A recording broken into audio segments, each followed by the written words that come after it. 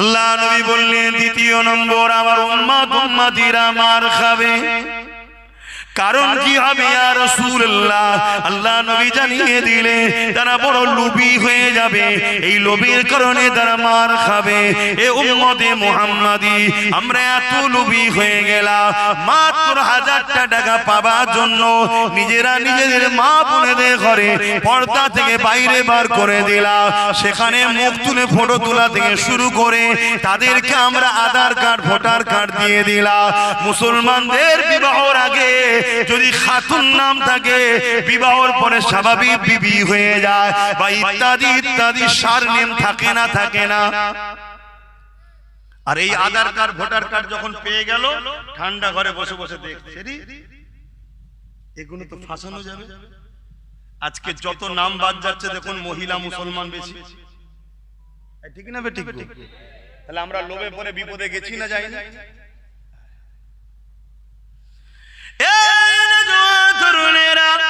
অনেক আগে বলে গিয়েছিলাম, শুনেছেন কি জানি না, এটা আপনাদেরকে মারার ফাঁদ পাতা হচ্ছে।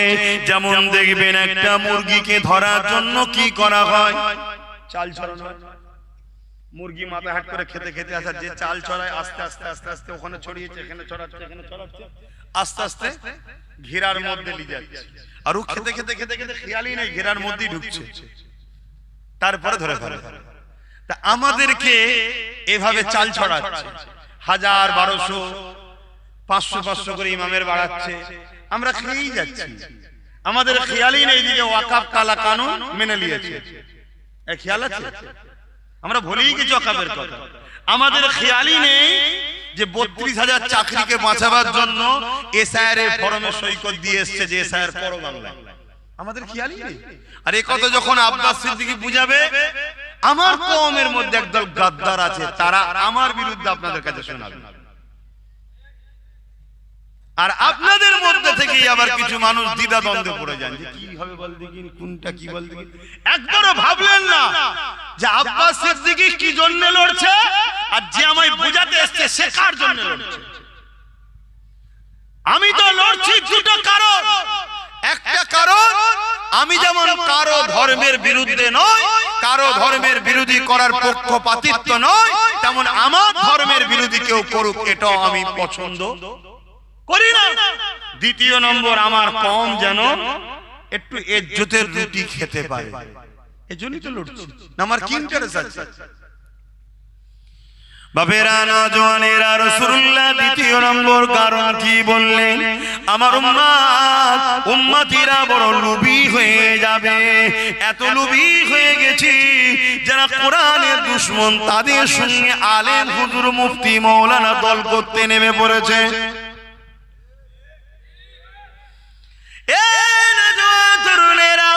অথচ আল্লাহ নবীর সাহাবাদের মধ্যে কেমন ঈমান ছিল দেখো, কেমন কোরআনের প্রেম ছিল, কেমন আল্লাহর প্রেম ছিল, কেমন রাসূলুল্লাহর প্রেম ছিল দেখো। ওই সময়ে আল্লাহ নবীর সাহাবা হুজুরদের মধ্যে থেকে এমন করে নবী পাক যখন ইন্তেকাল হয়ে যায়, দুনিয়া থেকে পর্দা নিয়ে চলে গেলেন, মুসাইলামাতুল কাজ্জাব নামে একটা ব্যক্তি, সে নিজেকে মিথ্যা নবী দাবি করে ফেললো। হযরত আবু বকর সিদ্দিক এইভাবে সাহাবা হুজুরদেরকে ডাক দিলে, হে আমার নবীর সাহাবারা, মুসাইলামাতুল কাজ্জাব সে নিজেকে মিথ্যা নবী দাবি করেছে, একদিকে খতমে নবুয়তের বিরোধী করেছে, অপরদিকে কোরআনের একটা আয়াতের বিরোধী করেছে। কোরআনের আয়াতটা কি? মা কানা মুহাম্মাদুন আবা আহাদিন মির রিজালিকুম ওয়ালাকিন রাসূলুল্লাহ ওয়া খাতামান নবী। আল্লাহ পাক কোরআনের মধ্যে বলছে ওয়ালাকিন রাসূলুল্লাহ ওয়া খাতামান নবী, আমার নবী পাক হলো শেষ নবী, নবুয়ত হলো খতম আমার নবীর দ্বারা। এই যে কোরআনের আয়াত, এই আয়াতের বিরোধী মুসাইলামাতুল কাজ্জাব করেছে এবং রাসূলুল্লাহ খতমে নবুয়ত, আল্লাহ নবী বলে দিন আনা খাতিমুন নবী, আমি শেষ নবী, এই খতমে নবুয়তের বিরোধী করেছে।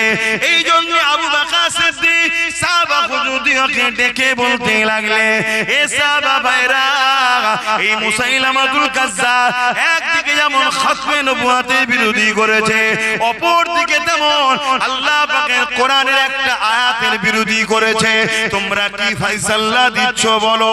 এ যুবক মন দিয়ে শোনো, মরণ তোমার একদিন না একদিন হবে।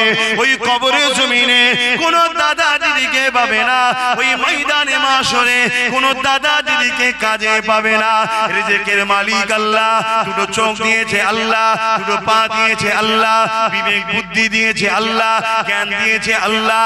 আল্লাহকে ভয় করো, দুনিয়াদারি করতে হবে, সংসার করো, ব্যবসা করো, রাজনীতি করো, রাষ্ট্রনীতি করো, যাই করো না কেন আল্লাহ দ্বীনের সঙ্গে গাদ্দারি যেন না হয়ে যায়, আল্লাহ দ্বীনের সঙ্গে দুশমনি যেন না হয়ে যায়, এটাকে মাথায় রেখে চলতে হবে।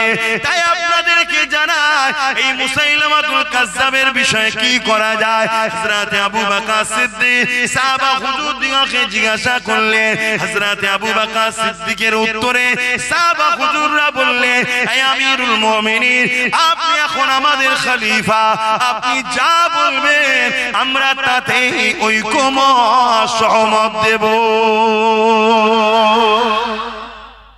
আপনি যা বলবেন। হযরত আবু বকর সিদ্দিক কি বলেছিল? যে ওরা যা বলছে বলুক গে যাক, আমরা তো ওদের কথা মানি না, এরকম বলেছিল নাকি? হযরত আবু বকর সিদ্দিক বলেছিলেন, আমার দুটো কথা। প্রথম কথা, আমি মুসাইলামাতুল কাজ্জাবকে ক্ষমা চাইতে বলবো, যে ভুল হয়ে গেছে, কথাকে উইড্রো করার কথা বলবো। যদি সেই উইড্রো করে না নেয়, আমি আবু বকর তার বিরুদ্ধে লড়াই করব। জোরে বলুন সুবহানাল্লাহ। তাহলে আজকের দিনও কেউ যদি বলে কোরআন শেষ হয়ে যাবে, আমার উন্নতি শেষ হবে না, তাহলে আমাদের উচিত তার বিরুদ্ধে কি করা? এই দুটো কথা না, এই দুটো। প্রথম নম্বর হলো তাকে বলবো কথাটাকে উইড্রো করো, ঠিক তো নাকি? যে আমার ওটা বলা ভুল হয়েছে, আমাকে মাফ করে দাও, ঠিক তো নাকি? আর যদি সে উইড্রো করে না নেয়, যে কোরআনকে ভালোবাসে, যে সিদ্দিক আকবর রাসূলুল্লাহর প্রথম সাহাবীকে মানে, রাসূলকে মানে, দ্বীনকে মানে, তার দ্বিতীয় অপশন হলো এই কোরআনের দুশমনের বিরুদ্ধে লড়াই করতে হবে। এ ক্ষমা চেয়েছে, কথা বলুন, ক্ষমা চেয়েছে। আমি হাজার বার ওয়াজ করতে করতে বলেছিলাম ক্ষমা চাও, বলেছি না বলিনি? আজ প্রতিটা অলিতে গলিতে গিয়ে বলেছি ক্ষমা চাও, পরিবর্তন হও, বলো যে আমার ভুল হয়ে গেছে, তাহলে তোমার বিরুদ্ধে আব্বাস সিদ্দিকী কোনোদিন বলবে না। ক্ষমা চাও। তুমি রাজনীতি করছো, রাজনীতি করে যাও। তুমি কেন বললে কোরআন শেষ হয়ে যাবে, আমার উন্নতি শেষ হবে না? আরে তুই মরে জাহান্নামে চলে যাবি, কোরআন থাকবে। জোরে বলুন সুবহানাল্লাহ, আরো জোরে বলুন সুবহানাল্লাহ। হাত তুলে বলুন নারে তাকবীর, নারে তাকবীর, নারে তাকবীর। কোরআন শরীফ, কোরআন শরীফ, কোরআনের দুশমনেরা, কোরআনের দুশমনেরা নারে তাকবীর। তাহলে বলুন, এই লড়াইটা করা কি আব্বাস সিদ্দিকীর অন্যায় হচ্ছে? জোরে বলুন। আমি কিসের হুজুর, আমি কিসের মৌলভী সাহেব, আমি কিসের মুফতি, আমি কিসের বক্তা? আল্লাহর কোরআন মিটে যাবে যে বলবে, তার সাথে আমি আবার সম্পর্ক রাখবো, তার সঙ্গে দল করব, তাকে ভোট দিয়ে জেতাবো। আল্লাহর কোরআনের বিধান অনুযায়ী, নবীর দ্বীন অনুযায়ী ওই মুফতি মাওলানা বক্তা প্রকাশ্য বেঈমান ছাড়া অন্য কিচ্ছু নয়। কেন? কোরআনের দুশমন যে। তুমি তাকে বলেছো একবার, যা ভাই আমি আপনার দল করব, আপনাকে সাথ দেব, আপনার তো পজিশন খারাপ, মুসলিম সমাজকে বুঝিয়ে আপনার ঝুলিতে রাখবো, সবকিছু করব, কিন্তু আপনি একবার ওই কথাটাকে উইড্রো করে নেন। কি কথা? যে আমার ভুল হয়েছে বলা, কোরআন শেষ হয়ে যাবে কথাটা। এ ভাই, আপনারা একমত তো নাকি? কিন্তু এ জাহান্নামী জানে, এ জাহান্নামী জানে যে আমার কথা উইড্রো করার দরকার নেই। কেন? আমার কাছে দুটো হাতিয়ার আছে। মুসলমান এমনি আমার কোলে উঠবে, আমার আঁচলের তলে এমনি চলে আসবে। কি হাতিয়ার? নাম্বার 1 হাতিয়ার হলো মুনাফিক উলামা আছে আমার সাথে। কে হাতিয়ার? বলুন বলুন বলুন। মুনাফিক উলামা। আর নাম্বার 2, ওই উলামা দ্বারা পাড়ায় পাড়ায় বুঝাবো বিজেপি এসে যাবে। শুনছেন তো নাকি? এই দুটো ছাড়া 3 নম্বর কি আছে বলুন তো, যে এর দিকে মানুষ যাবে? বলুন 3 নম্বর কি আছে? কিন্তু আমি আপনাকে বলছি আল্লাহর উপরে ভরসা করুন, আল্লাহর উপরে ভরসা করুন। অন্য কোন জায়গার মুসলমান কি করবে জানি না, দেগঙ্গার মুসলমান 100% সিওর আছি পারে। কথা শুনছেন তো? ভুল করবেন না, আর একটা নওশাদ সিদ্দিকী হয়ে যাবে, চিন্তার কোনো কারণ নেই। একটু বুঝে বুঝে কাজ করা দরকার আছে না? না, এই যে পাশে নদিয়ায় আর একজন ফোরপাস মানবরূপী পশু কি বলল? কোরআনে সূরা তাওবার 5 নম্বর আয়াতে নাকি হিংসা ছড়ায়। বলেছে না বলেন? বলুন বলেছে না বলেন? ওর বিরুদ্ধে কয়েক হাজার কেস হয়েছে। ওকে রাজ্য সরকার যে ছিল প্রাক্তন, সে কি অ্যারেস্ট করেছে? কেন করে না? কারণ এরা দুজন একই জাতের, একই গোইলের। এখানে জাত বলতে ধর্ম বলছি না, কেন আমার কোন লড়াই হিন্দুদের বিরুদ্ধে নয়। নেতাজি কি তার বিরুদ্ধে কি আমরা নাকি? রবীন্দ্রনাথ টেকারের বিরুদ্ধে নাকি? ঈশ্বরচন্দ্রের বিরুদ্ধে নাকি? না না, আজও যারা লক্ষ লক্ষ কোটি কোটি হিন্দু আছে মানব প্রেমিক, তারা আমাদের ভাই বোন, তাদের সঙ্গে আমাদের কোনো লড়াই নেই। তার ধর্ম তার উৎসব সে করবে, আমার ধর্ম আমার উৎসব আমার কাছে। কিন্তু মানুষ হিসাবে আমরা সবাই ভারতীয়, আমরা সবাই বাপ আদম মা হাওয়া সন্তান, একে অপরে মিলেমিশে থাকবো। কিন্তু এরা দুজনে একই গোইলের। ইও দেখুন কোরআন শেষ হয়ে যাবে বলছে, আর কোরআনের 5 নম্বর আয়াতে হিংসা। আর এদের মুরব্বি কে জানেন? বলবো, এদের মুরব্বি হলো ভারতবর্ষের মুগলে আজম হতভাগা আকবর। এই নাম শোনেন না? এদের দুজনের আবার মাতা আকবর নাম, তার নাম শুনে অজ্ঞান হয়ে যাবেন না? কেন নাম এখন অনেক রয়েছে, আব্দুল করিম, আব্দুল সলিম, আলু, অনেক কিছু রয়েছে। শুনছেন তো নাকি? নাম তার আকবর। সেই আকবর কোরআনকে মিটাবে বলে দ্বীনে ইলাহি লিখেছিল।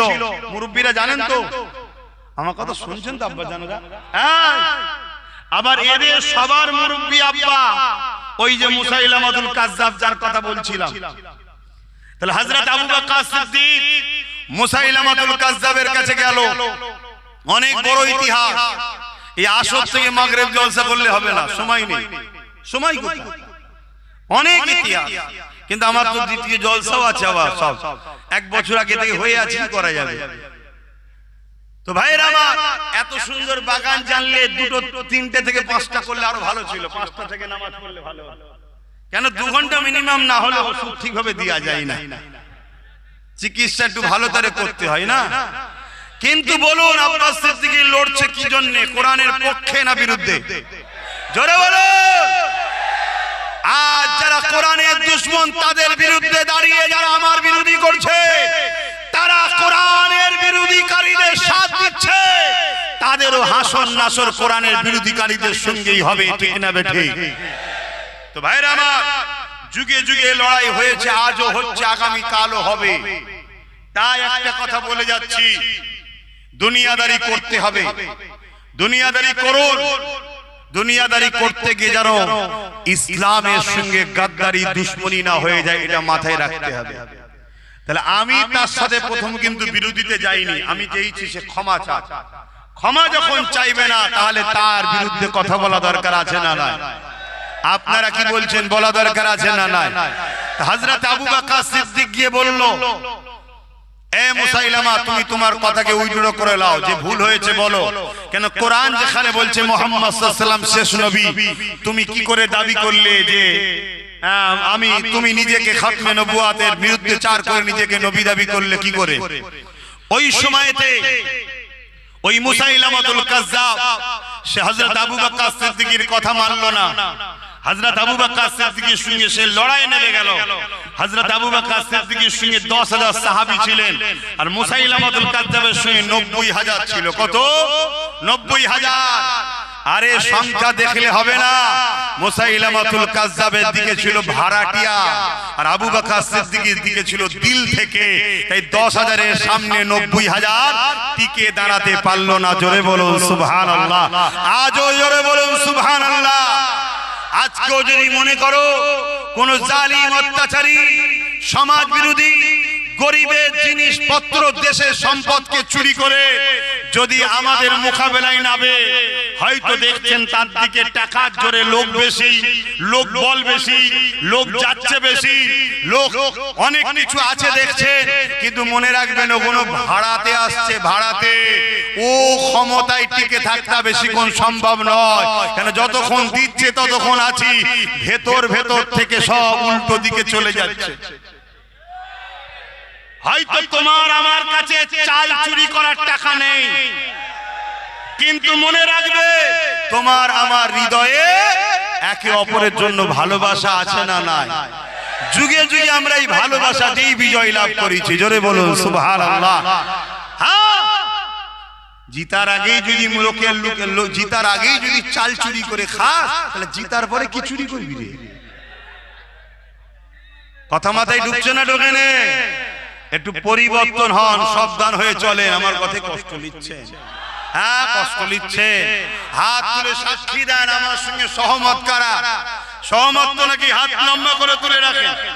সহমত তো নাকি? কষ্ট দিচ্ছি আপনাদের, কষ্ট দিচ্ছে আপনাদের। হাত নাবা। মনে রাখবে সব কিছু মেনে লিয়া যেতে পারে। কেউ যদি বলে ওয়াকফকে মিটিয়ে দেবো, মসজিদ, মাদ্রাসা, কবরস্থান, ঈদগাহ, খানকাকে, আর তুমি যত বড়ই ফেরেশতা সেজে বলো আমি ভালো, কিন্তু তোমার নেতা নেত্রী তো চোর, তোমার নেতা নেত্রী কবরস্থানের দুশমন, তোমার নেতা নেত্রী মসজিদের দুশমন, তোমার নেতা নেত্রী ওয়াকফের দুশমন। তুমি যতই ভালো সেজে থাকো যে আমি তো খুব ভালো কাজ করি গো, তুমি যতই ভালো কাজ করো, তুমি হয়তো ভালো জিনিস, কথা বুঝে আসছে, আপেল, আঙ্গুর, বেদানা ভালো জিনিস, কিন্তু যে প্লেটের ওপর তুমি রেখেছো ওই প্লেটটা টয়লেট পরিষ্কার করা হয়, আর ও জিনিসের রুচি লাগবে ভাই। তা তুমি যে দলের নাম লিখিয়েছো ও দলের নেতা নেত্রী ওয়াকফের বন্ধু না দুশমন? জোরে বলুন। কেন্দ্রে বিজেপি সরকার ওয়াকফকে মিটাতে চাইছে, হ্যাঁ না না? রাজ্য সরকার বিজেপির সঙ্গে সাথ দিয়েছে, হ্যাঁ কি না? তাহলে বলুন, যারা আমার মসজিদ, মাদ্রাসা, ওয়াকফের দুশমন, তাদেরকে আমরা ভোট দিয়ে ইসলামের দুশমনকে শক্তিশালী করলে আমরা আল্লাহর কাছে মুখ দেখাতে পারবো। যদি জানতাম বিকল্প নেই আলাদা কথা, অপরদিকে একজন ডাকছে আসো আমার সাথ দাও, যে কিনা মসজিদ মাদ্রাসার দুশমন, আর একজন বলছে আমার সাথ দাও, যে কিনা মসজিদ মাদ্রাসা বাঁচাতে গিয়ে সুপ্রিম কোর্টে কেস চালাচ্ছে এখনো, এবং রাস্তায় নামার জন্য জালিমরা ধরে জেলে দিয়েছে। তাহলে বলো যে ওয়াকফের দুশমন তার সাথে না ওয়াকফের বন্ধু যে তার সাথে? জোরে বলো। ওয়াকফের দুশমন কেন্দ্র সরকার, ওয়াকফের দুশমন রাজ্য সরকার, ওয়াকফের দুশমন ইরাক দুশমনি করেছে না করেনি? অপরদিকে ওই একটাই ছেলে নওশাদ সিদ্দিকী ওয়াকফকে বাঁচাবার জন্য জেল খেটেছে না খাটেনি? ওয়াকফকে বাঁচাবার জন্য সুপ্রিম কোর্টে কেস করেছে না করেনি? অতএব তার জন্য আমাদেরকে সহযোগিতা করা দরকার আছে না নাই? আরে যেই হোক, যেই হোক, মাথার উপরে তো আছে নওশাদ, আর নওশাদের মাথার উপরে তো আছে। কথা মাথায় ঢুকছে না? ঢোকে না? এবারে কারো মধ্যে যাচ্ছে না তো হুজুর জলসা এসে একদম ডাইরেক্ট ডাইরেক্ট হয়ে যাচ্ছে না? এখন আর ডাইরেক্ট ইনডাইরেক্টের ব্যাপার নেই তো, সব তো হয়ে গেছে, মিশে গেছে তো। আগে বলতো হুজুর কেন রাজনীতির কথা বলবে, এখন হুজুর ক্যান্ডিডেট হয়ে গেছে। আগে বলতো মুফতি মাওলানা রাজনীতির কথা বলবে কেন, এখন মুফতি মাওলানা এসে নমস্কারও করছে, সব জায়েজ করে ফেলেছে। তো সেই জায়গায় আব্বাস সিদ্দিকী মসজিদ, মাদ্রাসা, ওয়াকফকে বাঁচাবার জন্য কথা বলার অধিকার নেই?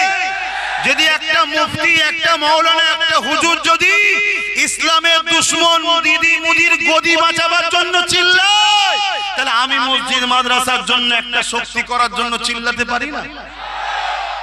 অপরাধটা কি করছি? কথা মাথায় ঢুকছে? আর এই সময় একটু বেশি বলতে হচ্ছে কেন? এখন পরীক্ষা সামনেই তো, এই সময় তো টিপস দিতে হবে, 2 এ 2 4 হয়। কি মনে রাখবে, একটা ছিল পুরো বাংলাকে বুঝিয়ে দিয়েছে। আশা করা যাচ্ছে, রিপোর্ট তো সব দেখছি রে বাবা, না মুদির মিটিং এ হলো হচ্ছে, না দিদির মিটিং এ লোক হচ্ছে, চেয়ার দিয়েও লোক জড়ো করতে পারে না। কি আবার বিরিয়ানি, পয়সা, গাড়ির তেল, তাও লোক হচ্ছে না। আর অপর দিকে ওই একটা, সেই ফেরাউন যেমন একটা ছেলের ভয়েতেই মেরে সবাইকে মেরেছে, এখানেও সেই একটার ভয়। তাহলে আল্লাহ চাইলে তার সাথে যদি কয়েকটা হয়, লড়াই করার একটা জায়গা হবে না, হবে না। এ বিশ্বাস আপনাদের আছে তো? তাই একটুখানি বলুন আমার সাথে একমত, নওশাদের সাথ দেবেন তো? একদম ওপেন বলে দিলাম, একমত তো? হাত তুলে বলুন একদম ঠিক বলছে। আপনারা হাত তুলবেন না? না, আপনাদের দিকে ক্যামেরা আছে। না না, আপনারা হাত তুলবেন না কেন? আপনাদের দিকে ক্যামেরা। এরা কিচ্ছু পাবে না, লাস্টে যে গরিবের ঘর ভাঙবে। তোর যদি এতই সাহস, এতই বাহাদুরি, এতই পাওয়ার, তোর গ্রামের তো এসেছি। কথা বুঝছেন না? বলেন না, তুই আমাকে ধর না বাবা, তুই এই গরিবগুলোকে জুলুম করছিস কেন? হ্যাঁ, গরিবকে জুলুম করা তো ফেরাউনের কাজ রে, নমরুদের কাজ, সাদ্দাদের কাজ। তো ভাই সময় তো খুব কম, আফসোস লাগছে বলতে পারছি না। এতটুকু বলবো, আমার রাসূলুল্লাহর একটা হাদিস আপনাদেরকে শোনাবো, একটু শুনছেন? আমার কথায় বেজার হচ্ছেন? দুটো হাদিস বলে যাচ্ছে, মন দিয়ে শোনেন।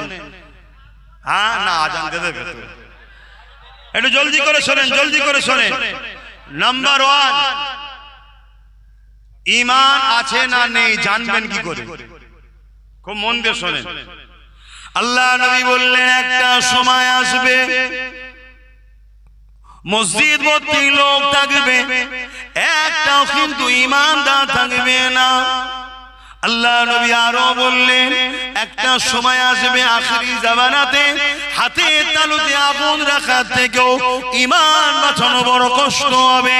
আল্লাহ নবী আর একটা হাদিসে বললেন একটা সময় আসবে আখিরি জামানাতে, আসমানের নিচে জমিনের উপরে সব থেকে নিকৃষ্ট হবে একদল উলামা। কারা? খুব টন্টেড কিনে মারে আব্বাস সিদ্দিকীর সঙ্গে সব প্যান্ট শার্ট পরা দাড়ি চাচা, প্যান্ট শার্ট পরা দাড়ি চাচা। কিন্তু নবী বলেন আখিরি জামানায় আসমানের নিচে জমিনের উপরে সবথেকে নিকৃষ্ট হবে প্যান্ট শার্ট পরা দাড়ি চাচা। বলেছেন প্যান্ট শার্ট পরে দাড়ি চাচা অন্যায় করছে, কালকে আল্লাহ করে দাড়িও রাখবে, প্যান্ট শার্ট খুলে পাঞ্জাবি জুব্বা পরবে, হজও করবে, নামাজও পড়বে, তওবা তিল্লা করবে, আল্লাহ সব মাফও করে দেবে। বলুন ইনশাআল্লাহ। কিন্তু নবী বলেছে একদল উলামা। শুনছেন আমার আওয়াজ? হ্যাঁ, আর এইগুলো বলে দিয়ে বলি আমার পিছনে একদল উলামা লেগে গেছে। সব উলামা নয়, প্রচুর উলামা আছে আমার পক্ষে কথা বলে, যে ঠিক বলছে আব্বাস সিদ্দিকী, কিন্তু বলতে তারা পারে না কেন? তাদেরও অনেক বাধ্যবাধকতা থাকে। কথা বুঝে আসছে? সবাই তো দাদা হুজুর আওলাদ নয় রে বাবা, সবাই একটা হাঁক দিলে কি আর আল্লাহ এতগুলোকে জড়ো করে? এই জন্য তাদেরকেও তো হিকমতে চলতে হবে। কিন্তু প্রচুর উলামা আছে যারা দিল থেকে আব্বাস সিদ্দিকীর জন্য দোয়া করে, ভালোবাসে, সাথ দেয়। কথা বুঝে আসছে? কিন্তু একদল উলামা আছে জমিনের উপরে, আসমানের নিচে, রাসূল বলল যারা সব থেকে নিকৃষ্ট হবে।